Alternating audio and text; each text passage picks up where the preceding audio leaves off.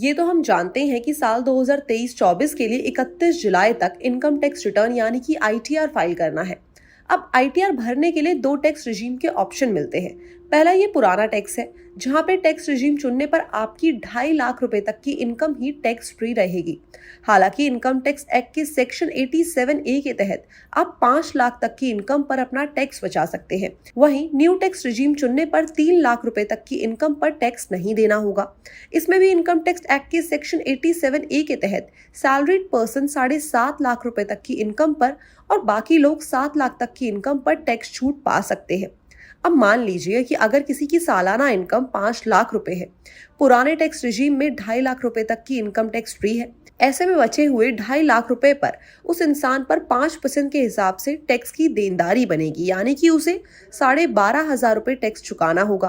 पर सरकार इस टैक्स को इनकम टैक्स एक्ट के सेक्शन 87A के तहत माफ कर देती है। इसमें एक पंच भी है, अगर आपकी कमाई 5 लाख रुपए से 1 रुपया भी ज्यादा हुई तो आपको 1 रुपए नहीं बल्कि 2.5 लाख रुपए पे टैक्स चुकाना होगा। अब 2.5 लाख रुपए पर 5% के हिसाब से 12,500 रुपए की टैक्स की देनदारी बनेगी।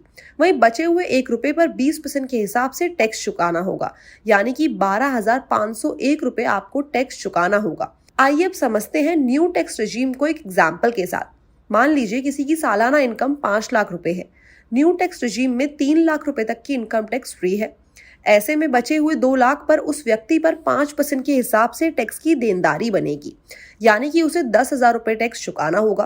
पर इस रिजीम में सरकार 7.5 लाख तक की इनकम पर टैक्स के सेक्शन 87A के तहत माफ कर देती है। इसमें भी एक पंच है, अगर आप सैलरीड है और आपकी कमाई 7.5 लाख रुपए से 1 रुपए भी ज्यादा हुई तो आपको 1 रुपए पर नहीं बल्कि 4,50,001 रुपए पर टैक्स चुकाना होगा। अब 3 लाख रुपए का टैक्स माफ होने के बाद बचे हुए 4,50,001 रुपए में से 3 लाख रुपए पर 5% की दर से 15,000 रुपए और बाकी 1,50,001 रुपए पर 10% की दर से 15,000 रुपए चुकाने होंगे, यानी कि टैक्स की कुल देनदारी 30,000 रुपए बनेगी। यहाँ हम आपको ये भी बता दें कि जो लोग सैलरीड नहीं है उन्हें टैक्स डिडक्शन का फायदा 7 लाख रुपए तक की रकम पर मिलता है। नए टैक्स सिस्टम में सैलरीड लोगों को 50,000 रुपए का स्टैंडर्ड डिडक्शन का फायदा अलग से मिलता है, इसलिए उनकी 7.5 लाख रुपए तक की इनकम टैक्स फ्री हो जाती है। इनकम टैक्स रिटर्न फाइल करने के 2 ऑप्शन होते हैं। 1 अप्रैल 2020 को नया ऑप्शन दिया गया था। न्यू टैक्स स्लैब में टैक्स फ्री इनकम का दायरा 2.5 लाख रुपए से बढ़ के 3 लाख रुपए कर दिया गया था, लेकिन इसमें टैक्स डिडक्शन छीन लिए गए थे। वहीं अगर आप पुराना टैक्स स्लैब चुनते हैं तो आप कई तरह के टैक्स डिडक्शन का फायदा ले सकते हैं। पुराने टैक्स रिजीम पर इनकम टैक्स के सेक्शन 80C के तहत 1.5 लाख रुपए तक का डिडक्शन मिलता है। इसके अलावा कई और भी तरह के टैक्स डिडक्शन का फायदा पुरानी रिजीम में लिया जा सकता है। एक और बड़ा डिफरेंस ये है कि पुरानी रिजीम में सेक्शन 87A के तहत रिबेट के बाद 5 लाख तक की इनकम टैक्स फ्री हो जाती है, जबकि नए रिजीम में 7.5 लाख तक की इनकम टैक्स फ्री हो जाती है। तो आइए अब जानते हैं कि आपके लिए कौन सी टैक्स रिजीम सही रहेगी। अगर आप सैलरीड है और आपकी सालाना इनकम 7.5 लाख रुपए है तो आप न्यू टैक्स रिजीम चुन सकते हैं।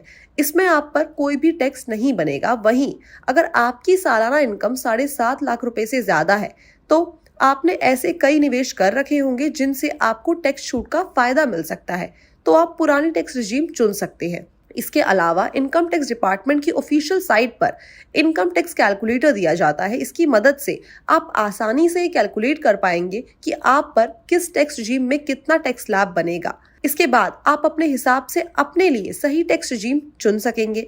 इसके अलावा आप अपने चार्टर्ड अकाउंटेंट की भी मदद ले सकते हैं।